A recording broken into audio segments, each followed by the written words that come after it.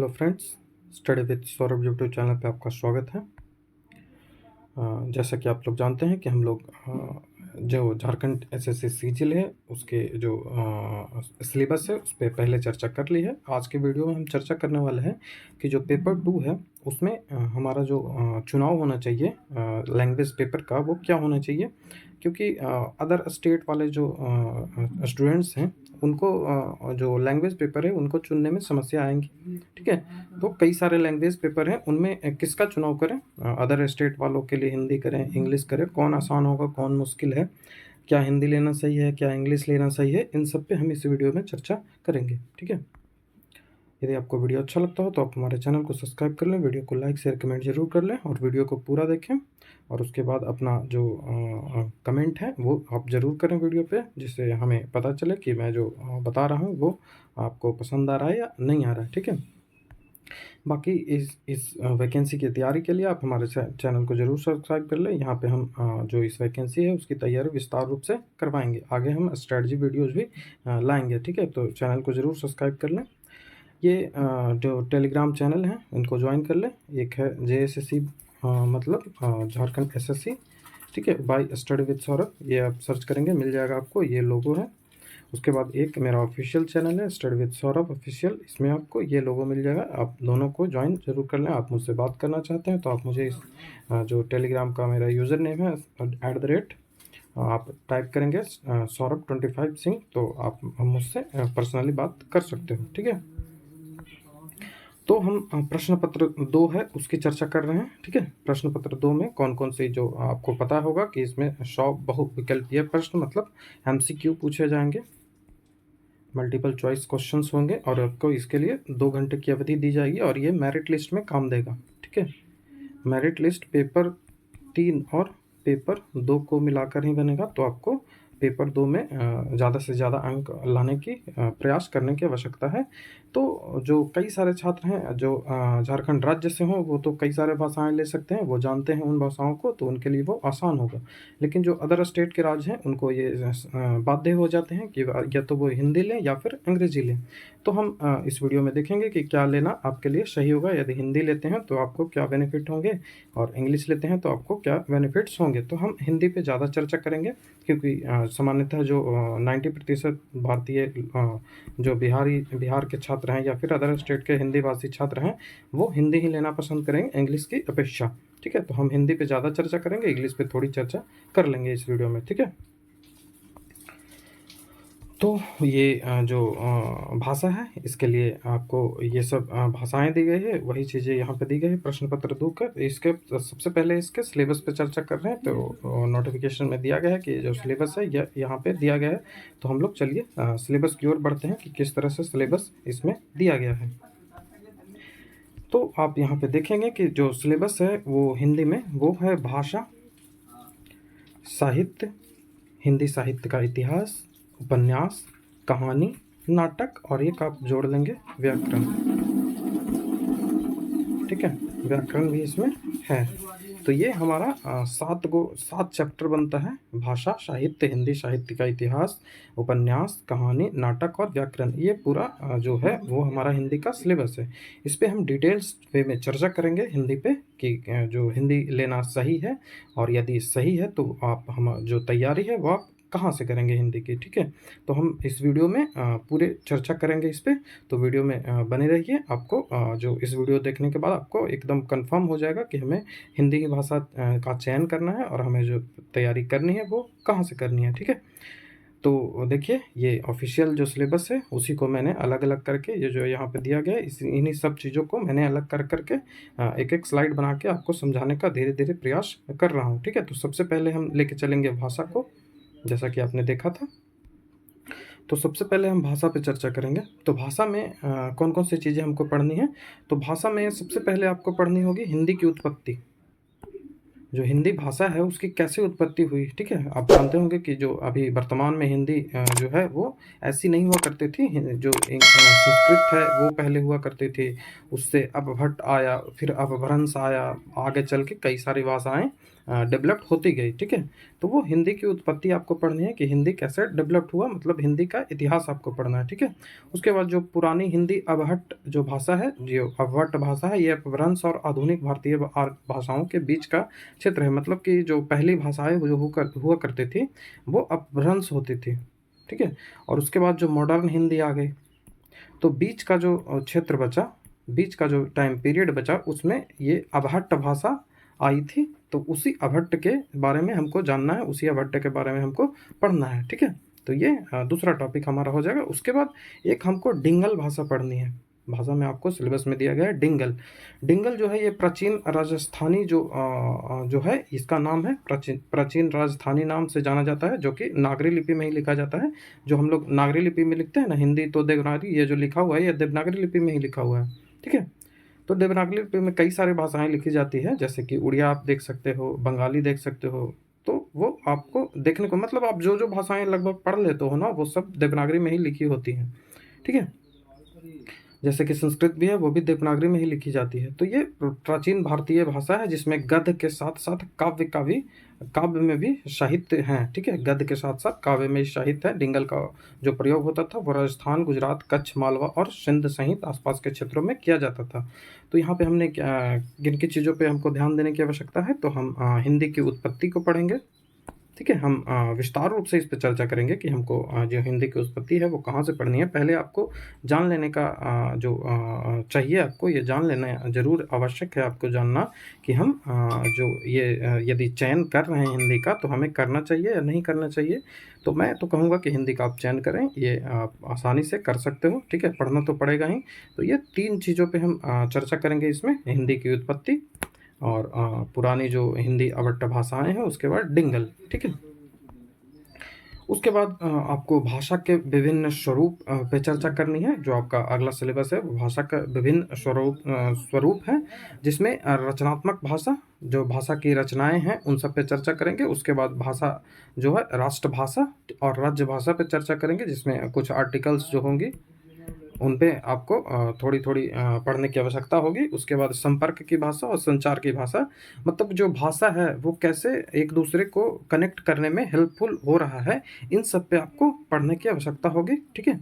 ये जो पेपर होगा वो एमसीक्यू होगा, जैसा कि मैंने पहले ही बताया है, तो आपको यहाँ से सवाल थोड़े कम बनते हुए दिखेंगे।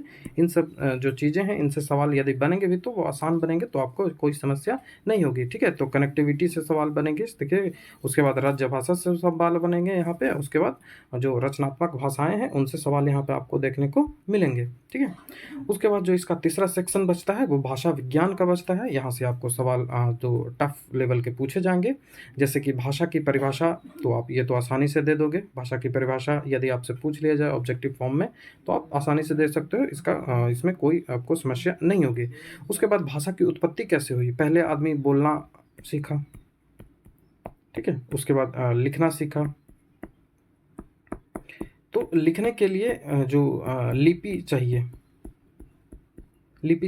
आपके, लिखने के लिए आपको अक्षर चाहिए, जो शब्द अक्षर से मिल के अक्षर चाहिए। अक्षर से मिलकर आप शब्द बनाते हैं, शब्द से मिलकर आप वाक्य बनाते हैं, वाक्य से मिलकर आप जो आप बोलते हो ना कि एक पैराग्राफ बनता है, एक पैराग्राफ आप बनाते हो। तो इस तरह से आगे बढ़ती गई, तो उसी में हमको पढ़ना है कि भाषा की उत्पत्ति और उसके विकास पे चर्चा करनी है कि जो कई सारे भाषाएँ की जो उत्पत्ति हुई, जैसे बंगाली भाषा हो गई, हिंदी भाषा हो गई, ये सब हिंदी से ही टूटते आगे संस्कृत भाषा हो गई, ये जैसे कन्नड़ हो गई, तमिल हो गई, तेलुगु हो गई, जो कई सारे भाषाएँ हैं, उन सब की उत्पत्तियों पे हमको चर्चा करनी है, उनके विकास पे यहाँ पे आपको सवाल इससे देखने को मिलेंगे, ठीक है? उसके बाद ध्वनि परिवर्तन और अर्थ परिवर्तन पे भी आपको सवाल मिलेंगे, ठीक है? कि ध्वनि में परिवर्तन करने से अर्थ में कैसे परिवर्तन हो जाता है। चलिए इसको देख लेते हैं एक एग्ज़ाम्पल के साथ भी। जैसे देखिए अर्थ में कैसे परिवर्तन आता है कि अर्थ जो है, अर्थ परिवर्तन होता है, ये हमेशा परिवर्तित होते रहता है। जो 100 वर्षों में, 50 वर्षों में जो शब्द होते हैं, उनमें परिवर्तन आता जाता है, ठीक है? उदाहरण के लिए, जब संस्कृत में आकाशवाणी जो होता था, बोला जाता था, जैसे आप रामायण में भी देखे होंगे, संस्कृत में आकाशवाणी होता था कि जो भगवान के द्वारा, मतलब देव के द्वारा, जो भगवान के द्वारा जो बोली जाती भाषा है, उसे आकाशवाणी बोलते हैं, लेकिन जैसे देववाणी। लेकिन अभी हाल ही में क्या हो गया है, तो हाल ही में जो आकाशवाणी का अर्थ है वो क्या हो गया है, तो आकाशवाणी का सीधा सा अर्थ है ऑल इंडिया रेडियो, तो ऐसे परिवर्तन आते रहते हैं, तो ये अर्थ परिवर्तन है, इनसे भी आपको सवाल देखने को मिलेगा। जैसे तत्सम तद्भव हो गए, ये तो व्याकरण का चीज़ हो गया, लेकिन आपको इसी तरह से सवाल पूछा जाएगा कि जो आकाशवाणी है उसका अर्थ अब मायने में क्या है? ऐसे सवाल आपको पूछा जा सकता है। ठीक है, तो ये अर्थ परिवर्तन से आपको देखने को यहाँ पे मिलेगा। उसके बाद साहित्य जो सिद्धांत है, साहित्य सिद्धांतों से आपको सवाल मिलेंगे। यहाँ पे आपको 4 चीज़ों पे ध्यान देने की आवश्यकता है। पहला तो आपको काव्य लक्षण, काव्य काव्य कुछ और नहीं, काव्य मतलब कविता होता है। तो ये कविता है, उसका क्या लक्षण होना चाहिए? आपको एग्ज़ाम्पल जैसे देख के पूछ दिया जाए कि निम्न में से कौन से कविता के लक्षण नहीं है? या फिर जयशंकर प्रसाद के द्वारा, या फिर जो हरिप्रसाद चौरसिया है उनके द्वारा जो काव्य है लक्षण, उनके जो उनका जो डेफिनेशन है वो क्या दिया गया था। ठीक है, जैसे डेफिनेशन दे देगा कि ये डेफिनेशन है काव्य का, मतलब कविता का ये डेफिनेशन है, ये निम्न में से किसने दिया था। ठीक है, तो आपको ऑप्शन दे देगा, अज्ञेय दे देगा, हरिप्रसाद चौरसिया दे देगा, ऐसे ही आपको जयशंकर प्रसाद दे देगा, मुंशी प्रेमचंद्र दे देगा। तो आपको चूज करना होगा कि किसने ऐसा कहा था। उसके बाद काव्य लक्षण के बाद काव्य हेतु आपसे पूछा जाएगा कि जो कविता है वो लिखना क्यों, मतलब क्यों कविता लिखने की आवश्यकता पड़ी, उसके उस पे बात कर आपको सवाल देखने को मिलेगा। उसके बाद काव्य प्रयोजन पे भी आपको सवाल देखने को मिलेंगे। उसके बाद शब्द शक्ति, शब्द शक्ति का सीधा सीधा मतलब है, आपने देखा होगा, रस, छंद, अलंकार। ये जो तीनों चीज़ें हैं, जैसे वीर रस, वियोग रस, जैसे ये सब जो शब्द हैं उनकी खूबसूरती बढ़ाती है। जो वाक्य हैं, कविताएं हैं, उनमें खूबसूरतियाँ ये लाती है। तो ये रस होते हैं, उसके बाद उसी तरह से छंद होते हैं, और आप अलंकार से तो परिचित हैं ही। तो ये 3 चीज़ें भी आपको यहीं पे देखने को मिलेंगी। ठीक है, रस, छंद, अलंकार। जैसे पूछ दिया जाएगा कि ये अलंकार पूछ दिया जाएगा कि अलंकार कौन से टाइप के है। रस वियोग रस है, जैसे जो भरत और राम का जो वियोग होता है, तो वहाँ पे वियोग रस वाला जो कविताएं हैं वो लिखी जाती हैं। उसके बाद जो अलंकार है, वो अलंकार भी कई सारे लिखे जाते हैं, जैसे वो 3 बेर खाती है, वो 3 बेर खाती है। ये अलग अलग से अलंकार हैं जो आपको आपने इससे पहले सुना होगा। ठीक है, जैसे एक अलंकार आपने सुना होगा कि जो महाराणा प्रताप का घोड़ा है, उस पे एक अलंकार कवियों ने लिखा था कि आगे नदियाँ पड़न अपार। जो महाराणा है, वो महाराणा प्रताप जो है वो अपने चेतक जो घोड़ा है उससे जा रहे थे, तो उसपे बोला जाता है कि आगे नदियाँ परन अपार। जब महाराणा प्रताप ये सोचने लगे कैसे हो चेतक इस पार, जब तक ऐसे मतलब सोचे, जितने देर में वो सोचे तब तक चेतक था उस पार।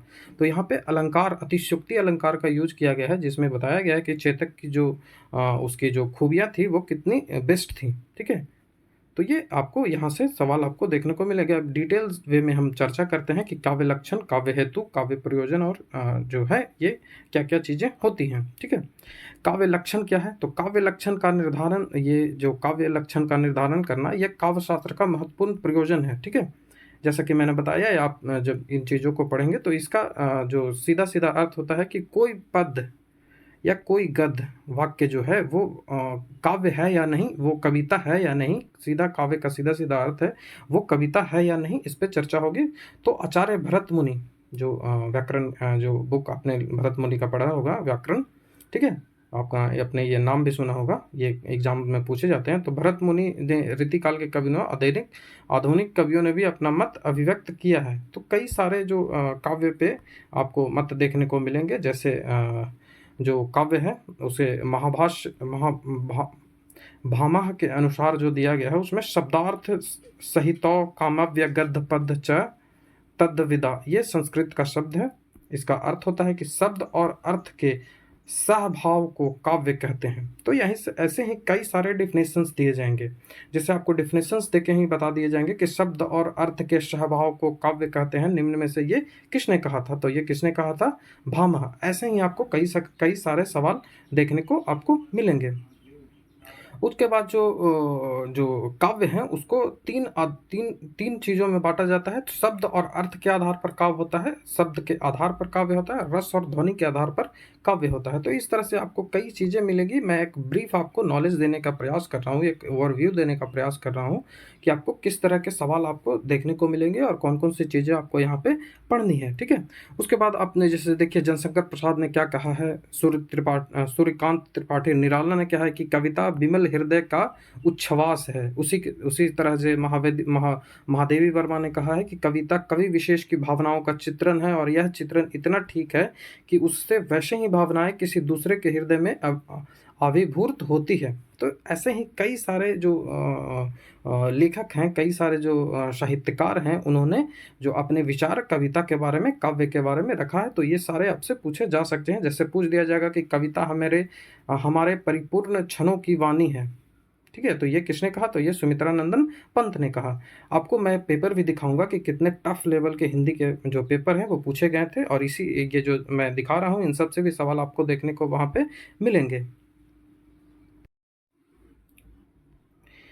नेक्स्ट जो है वो काव्य हेतु है। जैसा कि मैंने पहले ही बताया था कि इसमें जो काव्य का सृजन होता है, काव्य का जो फॉर्मेशन होता है वो क्यों होता है, इस पे चर्चा करनी है। इसकी प्रतिभा, व्युत्पत्ति और अभ्यास को सही आचार्यों ने किसी न किसी रूप में काव्य हेतु माना है, ठीक है। तो ये काव्य हेतु है, इस पे भी चर्चा करने की आवश्यकता है। यहाँ से जो सवाल है वह यहाँ से आपको कम देखने को मिलेंगे, क्योंकि ऑब्जेक्टिव सवाल यहाँ से बनने की संभावना काफ़ी कम होती है, ठीक है। काव्य प्रयोजन, यहाँ से भी ऑब्जेक्टिव सवाल बनने की कम संभावना होती है, लेकिन आपको डिस्क्रिप्टिव में ऐसे सवाल काफ़ी देखने को मिलेंगे। लेकिन जो डिस्क्रिप्टिव है ये हमारा एग्जाम नहीं है, तो काव्य प्रयोजन से आपको सवाल ना के बराबर ही आपके एग्जाम में देखने को मिलेंगे। वैसे जान लें कि काव्य प्रयोजन होता है क्या। तो काव्य प्रयोजन होता है काव्य रचना से प्राप्त कोई फल। उदाहरण स्वरूप यदि कोई व्यक्ति काव्य रचना करता है, जैसे बुक छापता है, तो उससे उसको यश प्राप्त होता है, धन प्राप्त होता है, वो आनंद प्राप्त होता है। तो ये सब काव्य हेतु या काव्य प्रयोजन में ये सब आती है क्रियाएं, ठीक है। उसके बाद जो काव्य के प्रकार पे चर्चा करेंगे, तो काव्य शास्त्र में साहित्य को काव्य का समानार्थी मानकर उसके दो मुख्य विभाजन किए गए हैं। एक है श्रव्य काव्य, ठीक है, और दूसरा है दृश्य काव्य, ठीक है। एक देखने वाला और एक सुनने वाला। और नाटक इसी तरह साहित्य विद्याएं श्रव्य हैं, ठीक है। और दृश्य काव्य देखकर एवं श्रव्य काव्य दोनों को सुनकर आनंद लिया जा सकता है। जो मैंने चीज़ें बताई कि देखने वाला और सुनने वाला, वही चीज़ें यहाँ पे आपको दी गई है, ठीक है। तो ये काव्य के प्रकार हो गए हैं। आगे चलकर जो श्रव्य काव्य है उसे गद्य और पद्य में बांटा जाता है। जो सुनने वाला काव्य है उसे गद्य और पद्य में बांटा जाता है। गद्य और पद्य से आप परिचित होंगे, ठीक है। उसके बाद जो नेक्स्ट आपका सिलेबस बनता है वो पाश्चात्य साहित्य का सिद्धांत, ठीक है। पाश्चात्य जो साहित्यकार हुए, जैसे कि प्लेटो हुए, बर्ड्सवर्थ हुए, मैथ्यू आर्नल्ड हुए, वो आई.एन. रिचर्ड हुए, टी.एस. हुए, और इटालियन के कई सिद्धांत हुए, वो उन सबों से आपको सवाल यहाँ देखने को मिलेगा। जैसे कि मैं आपको दिखाता हूँ कि किस तरह के सवाल आपको पूछे जाएंगे, जैसे प्रीवियस ईयर में पूछा गया है। जैसे यहाँ पे देखिए क्वेश्चन मैं आपको दिखाता हूँ। ये जो क्वेश्चन पूछा गया है कि व्यंजनावाद के प्रवर्तक जो थे वो कौन थे। यहाँ पे आप देखिए 9 नंबर जो क्वेश्चन है, अभिव्यंजनावाद के प्रवर्तक कौन थे। आपको दिया गया ऑप्शन प्लेटो, क्रोच, अरस्तु, लोजाइन्स। तो यही आपको यहाँ पे पूछे जाएंगे। 9 नंबर क्वेश्चन आप देखिए, ऐसे ही सवाल आपको देखने को मिलेंगे। ये जो सिद्धांत है पाश्चात्य साहित्य का सिद्धांत, वहाँ से आपको इसी तरह के सवाल देखने को मिलेंगे। इटालियन जो सिद्धांत है, फिर टी.एस. हो गया, मैथ्यू आर्नल्ड हो गए, तो इन सबों पे आपको मिलेंगे। और ये सब आप करेंगे कहाँ से?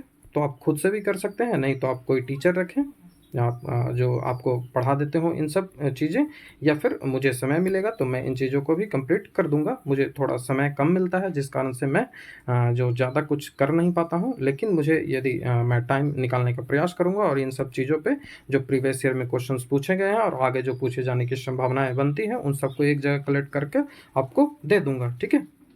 तो आप जो हमारा चैनल है उससे जुड़ जाइए, आपको काफ़ी लाभ मिलने वाला है। जैसे देखिए यहाँ पे, जैसा कि मैंने पहले आपको बता रहा था ना कि कैसे सवाल आपको साहित्य से मिलेंगे। तो जिसे तुम समझे ही अभिशाप, जगत की ज्वालाओं का मूल, उपयुक्त पंक्तियाँ काव्य की है। किसकी काव्य की है? तो साकेत की है, उर्वशी की है, कामायनी की है, प्रिय प्रवास की है। तो ये बुक है, ठीक है, जो कि जिनके जिनके रचयिता आप जानते होंगे कि उर्वशी के कौन है, कामायनी के कौन है। तो आप रचयिता तो आपको याद होगा, लेकिन ये किस बुक के हैं ये आपको पूछा जा रहा है। तो इसी तरह से आपको साहित्य में सवाल देखने को मिलेंगे। साहित्य में जो सवाल आपको देखने को मिलेंगे वो इसी तरह से मिलेंगे। कई सारे सवाल यहाँ पे हैं, जैसे रचनाकार में अब आपको सवाल मिल जाएगा कि रस गंधार किसकी रचना है। इसी तरह से आप यहाँ पे वीडियो पॉज कर देख सकते हैं। बाकी मैं अलग से जो हिंदी है उसका अलग से एक लेके आऊँगा कि किस तरह से जो प्रश्न है वो पूछे जाते हैं। यहाँ पर मैं सिर्फ एक ओवरव्यू देने का प्रयास कर रहा हूँ कि आपको किन किन चीज़ों पर ध्यान देने की आवश्यकता है और आपको प्रश्न कैसे पूछे जाएंगे। ठीक है, उसके बाद प्रयोजन मूल हिंदी। ठीक है, प्रयोजन मतलब कार्य के लिए जो आपको हिंदी जानना होगा, तो जो हिंदी की अवधारणाएं होती है उनको आप जो जानना होगा। प्रशासनिक हिंदी जाननी होगी, जो प्रशासनिक कार्य में जो हिंदी यूज होती है, ये सब नॉर्मल है, ये सब आपको कोई दिक्कत नहीं होगा। प्रशासनिक पत्राचार आपको जानना होगा, मतलब लेटर राइटिंग जो होते हैं वो किस तरह से होती है। तो ये ऑब्जेक्टिव में थोड़ा सा कुछ तो लेटर राइटिंग के फॉर्मेटिंग आपसे पूछी जा सकती है कि जैसे यहाँ पे एड्रेस होता है, उसके बाद यहाँ पे सब्जेक्ट होता है, उसके बाद यहाँ पे बॉडी पार्ट होता है, उसके बाद यहाँ पे आपका जो लास्ट में आप अपना नाम लिख देते हैं। ठीक है, तो ये फॉर्मेटिंग ही आपसे पूछी जा सकती है और कुछ नहीं। उसके बाद संक्षेपण भी आपसे पूछा जा सकता है। एक गद्यांश आपको दे दिया जाएगा। ठीक है, एक गद्यांश आपको दे दिया जाएगा इतना लंबा, जिसमें 300 शब्द होंगे। उसके बाद इसका संक्षेपण करके आपको लिखना होगा 100 शब्दों में। सामान्यतः 1/3 शब्दों में गद्यांश को लिखा जाता है।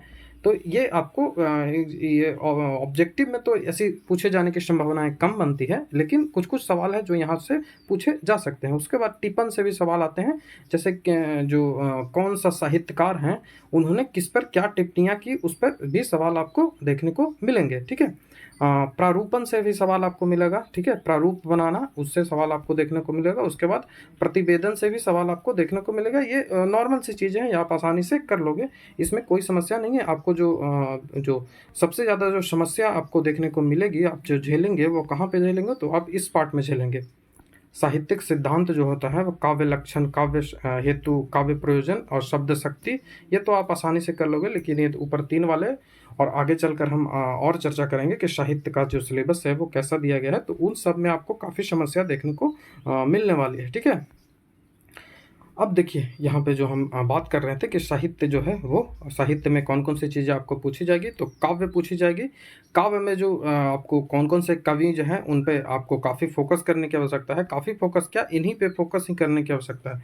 विद्यापति पे फोकस करने की आवश्यकता है। कबीर, सूरदास, तुलसीदास, बिहारी, रसखान और भूषण, इनकी जो कविताएं हैं इन्हीं से आपको सवाल देखने को मिलेंगे। इनके कुछ लाइन होंगी किताब के इम्पोर्टेंट्स, उनको उठा के आपको दे दिया जाएगा कि ये लाइन किन की है। उसके बाद जो काव्य विधि है, काव्य लिखने का जो तरीका है, उसमें निर्धारित कवि कौन से हैं, तो भारतेंदु हरिश्चंद्र हैं, मैथिली शरण गुप्त हैं, सूर्यकांत त्रिपाठी निराला हो गए, सुमित्रानंद पंत हो गए, महादेवी वर्मा, जयशंकर प्रसाद, रामधारी सिद्धिनकर, अज्ञेय हो गए, नागार्जुन, सर्वेश्वर दयाल सक्सेना हो गया और धूमिल। तो ये ये सारे जो कवि हैं, इन सब के जो कविताएं हैं, इन सब की जो साहित्य हैं, उन पे आपको काफ़ी फोकस करने की आवश्यकता होगी। ठीक है, और ये आपको काफ़ी टफ चीज़ है। ये जो मैं जो ये बता रहा हूँ, ये आसान सी चीज़ें नहीं है, ये काफ़ी टफ होने वाला है। आप जो करेंगे खुद से, और मैं भी यदि आपको पढ़ाऊँगा तो मेरे लिए भी ये चीज़ें टफ होंगी। ठीक है, तो ये काफ़ी चीज़ें होंगी, लेकिन मैं ये प्रयास करूँगा कि आपके लिए मैं चीज़ें लेकर आऊँ। ठीक है, उसके बाद जो सबसे आसान चीज़ें आपको देखने को मिलेगी वो व्याकरण देखने को मिलेंगी। ठीक है, व्याकरण में आपको संज्ञा, सर्वनाम, क्रिया विशेषण, क्रिया, ठीक है, उसके बाद क्रिया, क्रिया विशेषण, विशेषण, कारक, समास और मुहावरे आपको देखने को मिलेंगे। उसके बाद हिंदी का शब्द भंडार से कुछ शब्द मिलेंगे, तत्सम, तद्भव, देशज, विशेषज, जैसे लोटा हो गया, देशज शब्द है। ठीक है, और जैसे कि जो ग्लास हो गया, ये विदेशज शब्द है। उसी तरह से जो तत्वंत शब्द है, अश्रु हो गया, और आंसू जो हो गया वो तद्भव शब्द है। ठीक है, जो संस्कृत का शब्द होता है उसे तत्सम कहते हैं, और जो संस्कृत से आगे चलकर हिंदी भाषा में आ जाती है उसे तद्भव कहते हैं। और जो देशज मतलब जो अपने कंट्री का शब्द हो, अपने लैंग्वेज का शब्द हो, उसे देशज बोलते हैं। और विदेशज जो दूसरी भाषाओं से जो शब्द लिया हुआ हो वो विदेशज शब्द होते हैं। तो ये आपको यहीं से ये सब चीज़ें हैं, इनको देखने को आपको मिलेगा। उसके बाद जो सेकंड हमारा पार्ट है, हमने फर्स्ट पार्ट जो भाषा है उस पर काफ़ी डिटेल से चर्चा कर ली कि भाषा से आपको कौन कौन से सवाल देखने को मिलेंगे। अब आपको जो सेकंड पार्ट है वो साहित्य है। ठीक है, तो साहित्य पे हम चर्चा करेंगे कि साहित्य में आपको कैसे कैसे सवाल देखने को मिलेंगे। तो हमने ये चर्चा कर ली कि काव्य विधि और काव्य विधि भी आपको देखने को मिलेंगे। ये चीज़ें हमने चर्चा कर ली है। उसके बाद उपन्यास से आपको सवाल मिलेंगे। जो नॉवेल है वहाँ पे 3 ही नॉवेल हैं। 3 ही नॉवेल से आपको सवाल मिलेंगे। गोदान से मिलेंगे जो कि प्रेमचंद्र के द्वारा लिखा गया है। मैला आंचल से मिलेगी जो कि फणीश्वर नाथ रेणु के द्वारा लिखा गया है। और रगत बारी से आपको देखने को मिलेगा श्रीलाल शुक्ल के द्वारा लिखा गया है। इसमें सवाल कैसे पूछे जाएंगे, तो इसमें आपको जैसे कोई भी कैरेक्टर है, जैसे गोदान में कोई एक कैरेक्टर है तो उसको उठा के दे दिया जाएगा कि उसने ये घटना, कोई घटना हो, उसको मतलब बुक से उठा के एक सवाल दे दिया जाएगा। तो आपको जो पूरी बुक मतलब पढ़नी ही होगी, लेकिन आप ये तो कर नहीं सकते, आपके लिए दूसरा कोई व्यक्ति है वो करके दे दे तो काफ़ी अच्छा है। तो ये ऐसे ही होगा, मतलब आप तो नहीं कर पाओगे। तो प्रीवियस ईयर के इसमें एग्ज़ाम्स में क्वेश्चंस जो पूछे गए हैं उन पे फोकस करेंगे तो वही रिपीट होने के चांसेस ज़्यादा बनते हैं। तो कैसे, क्योंकि आप तो इतने सारे बुक्स हैं, उन तो पूरे बुक्स को तो आप कर नहीं सकते हो। तो इनके जितने जितने इम्पोर्टेंट जो कथन हैं, इम्पोर्टेंट जो बुक के कैरेक्टर हैं, उनको आपको जान लेना होगा। ठीक है, उसके बाद कहानियाँ हैं। कहानियों में भी आपको राइटर दे दिए गए हैं, इन्हीं सब कहानियों के कैरेक्टर से आपको सवाल मिलेंगे कि मधुआ किसकी लिखी गई कविता है, जो कहानी है तो जयशंकर प्रसाद की है, इससे सवाल मिलेंगे आपको। ठाकुर का कुआं प्रेमचंद्र है, इसमें जो कैरेक्टर्स होते हैं उनसे सवाल आपको देखने को मिल जाएंगे। ठीक है, नीलम देश की राज्य कन्या जैनेन्द्र कुमार के द्वारा लिखी गई है। परिंदे निर्मल वर्मा के द्वारा। दिल्ली में एक मौत कमलेश्वर के द्वारा। वापसी उषा प्रिय वंदना के द्वारा। अभिशप्त यशपाल के द्वारा। मिसपाल मोहन राकेश के द्वारा। तो ये जो कहानियां हैं इनसे सवाल आपको देखने को मिलेंगे। ये काफ़ी टफ चीज़ें हैं, आप हर कहानियां नहीं पढ़ सकते हो। तो हम इसमें करेंगे क्या, तो हम इसमें प्रीवियस ईयर के जितने भी क्वेश्चंस हैं उनको बस पढ़ लेंगे, और जो इम्पोर्टेंट जो चीज़ें हैं मैं वो कलेक्ट करके आपको देने का प्रयास करूँगा। तो आप हमारे चैनल को सब्सक्राइब जरूर कर लें। उसके बाद इसी तरह से आपको नाटक भी देखने को मिलेगा। भारत दुर्दशा किसकी नाटक है, तो वो भारतेंदु हरिश्चंद्र की है, ये काफ़ी बार पूछा जाता है। ध्रुव स्वामिनी किसकी है, तो ये शंकर प्रसाद की है। और आधे अधूरे किसकी है, तो ये मोहन राकेश की है। तो इन सब से सवाल आपको देखने को मिलेंगे। उसके बाद जो हिंदी साहित्य का इतिहास है उससे जो सवाल है वो आपको देखने को मिलेंगे। तो हिंदी साहित्य का इतिहास एक किताब है, ये पूछा भी गया है क्वेश्चन।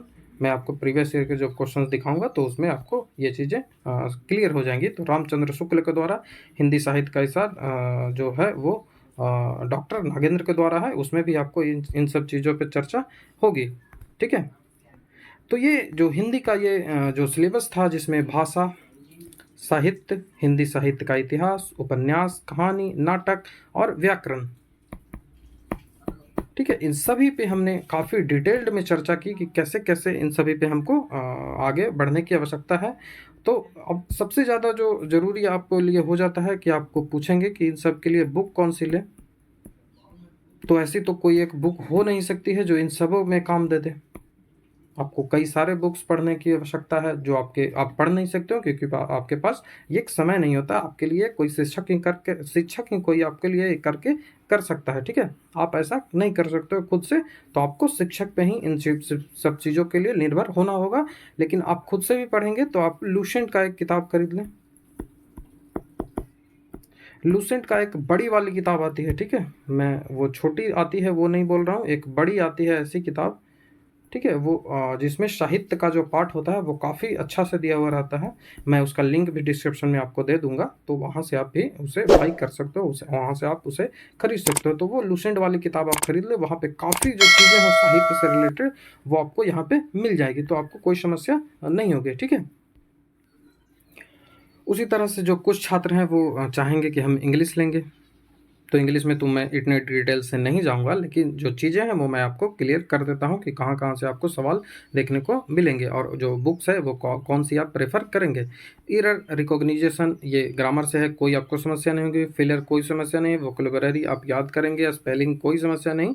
मतलब ये जो पार्ट है पहला लैंग्वेज का पार्ट, इसमें तो आपको कोई समस्या देखने को नहीं मिलेगी, क्योंकि आप जब एसएससी की जो भी तैयारी कर रहे हैं, एसएससी सीजीएल हो गए जो सेंट्रल एसएससी का होता है, उसकी तैयारी जो जिसने भी किया है वो आसानी से इस पार्ट को कर लेंगे। उसके बाद सेंटेंस स्ट्रक्चर भी कर लेंगे, सोनो एंटो कर लेंगे, सेंटेंस कंप्लीशन कर लेंगे, idiom phrases, comprehension and passage कर लेंगे। मतलब इनमें कोई समस्या नहीं होगी, ये काफ़ी आसान है।